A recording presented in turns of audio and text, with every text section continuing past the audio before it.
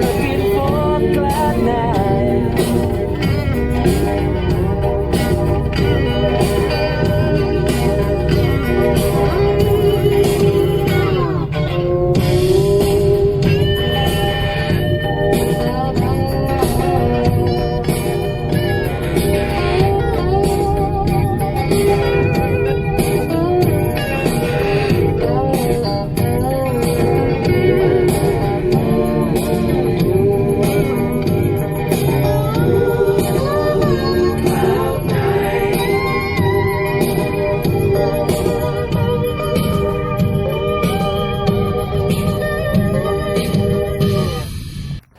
Welcome to the first ever Sunday Bearscott Stadium visit. First ever. I know, who cares? We're at the halfway point of the MLB season. Here on the 13th of July, 2025. Last games today before the break. Remember a Derby Monday night. We got a big, it's not a party Tuesday, but we usually have a little get together for that. We already got a few people talking about getting hot dogs, so I'm in for that, the All-Star game on Fox. All right, congratulations to Iga Swiatek, however you say her name, for the big Wimbledon victory yesterday, her 6th career Grand Slam, winning 6-0, 6-0. First time it's happened in the women's final since 1911. A clean sweeps for Iga. Congratulations. Current water temperature at the beach area holding at 84.6 again, just like yesterday. 84.6 back-to-back days. Very, very nice. All right. We had a big death in the National Football League family, as well as the Tecmo family. Luis Sharp. Now, this is going to be Greek to a lot of you a lot of you fantasy football skanks who only know the skill positions. But Luis Sharp, who was drafted out of UCLA in 1982, the 16th pick overall by the St. Louis Cardinals, played for the Cardinals 1982 to 1994. Three-time Pro Bowler. He had a little detour into the USFL too. 1995 played with the Memphis Showboats. So a little during that spring, I guess it was. But 13 seasons, quality seasons for the St. Louis and Phoenix Cardinals. I think 1994 was the Buddy Ryan year, so he lasted even up until that. Of course, the Cardinals, just a meager team back then, but great left tackle. For those of you who are familiar with that era, if you think of the late 1980s of great tackles in the National Football League, the first one that comes to mind is Anthony Munoz, who is just like head and shoulders above the rest as far as really of all time, maybe the best left tackle in the history of the NFL. But you had Munoz, you had Lomas Brown, great for the Lions back then. Of course, Jackie Slater of the Rams, played 20 seasons with the Rams. 1976 to 1995. Bruce Armstrong, an excellent play, another great player on a weak team with the Patriots, and a lot of Patriots fans don't know who Bruce Armstrong is, but Bruce Armstrong was incredible.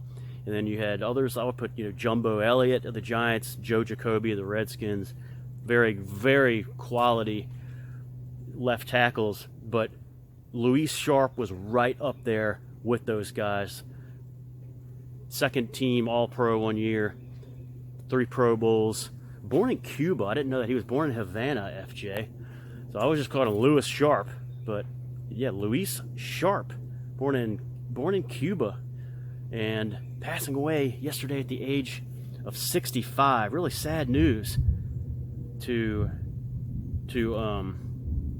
hear about that. Also from the Tecmo Super Bowl family, he was a great tackle on a weak team, protecting Tim Rosenbach and Tom Tupa, the 2 quarterbacks. But in real life, in the NFL, he had like some running backs behind him at great careers, like Otis Anderson of the Cardinals, and also like Stump Mitchell was really good as well. So rest in peace, Luis Sharp. That is a big one for the National Football League. All right, boys. All right. So last night's feature presentation was, as we close out Christmas in July, last night's featured presentation was The Snowman, 1982. This one's 25 minutes long. This is an animated film. This is one that I watched back on January 11th, 6 months ago, not for Christmas Fest, though it can be for Christmas Fest, because it is kind of considered a Christmas movie. It's got Santa Claus in there. You see Christmas trees in the house. But this was one during the January season of movie watching, and I brought it back yesterday. It's a wonderful animated film. There's no dialogue, no speaking during the animation of it, just some music, and then there's a song called Walking in the Air by a young English singer. So the only credit in this one is David Bowie. So this is like the second time I've seen the David Bowie version. The original one has Briggs. Has the writer of the Snowman, Briggs, does the little narration part at the beginning. That's the better version of it. The David Bowie version I do not like. It's not because of him. It's because this one was like redone in like 2001 or something. But he does the little narration at the beginning from the perspective of the main character, older, and saying, "This is the scarf that I got. It was a real snowman." And so it's different words, it's a different narration, and I just hate it because it just gives the whole story away. It kind of ruins the ending, and it's not necessary. And it's better just to have that voice, and then showing the kind of the wintry atmosphere, in the Briggs version. So that one's much better. I do not like the David Bowie one, but that's last night's feature presentation. The Snowman, 1982, starring David Bowie. And it was weird to watch a winter Christmas movie on a hot July day. And this is a humid July day. It looks like they have not cut grass on this track yet. Growing up nicely. Cut around the edges here. It looks really good. On this Sunday at Bearscott Stadium. What do you guys think about that? Oh wow, I thought it was going to rain, but that's good. We got some nice blue skies coming on here at about 1:30 in the afternoon. And we got 19 days left in the July season of movie watching, with 5 must-watch films to go. That's The Leech Woman, 1960. That's The Midnight Sun, 1961. That is Nick of Time, 1960. Summer City, 1977. Bad Influence, 1990. We're going to get them all in, don't worry. Don't you worry. And in July, for tonight's feature presentation, we'll probably get a must-watch tomorrow, but not tonight. Tonight's feature presentation will be the Wimbledon Final 2025. I'm avoiding you maggots and all social media so I don't know who won. I did get an update and saw it was like tied 1-1. That's no surprise. So that's tonight's feature presentation. Wimbledon Final 2025, starring the number 1 seed Yannick Sinner from Italy and the number 2 seed from Spain, Carlos Alcaraz. We'll have, of course, John McEnroe and others on the call. Should be a fantastic match. Mr. Met saying this morning,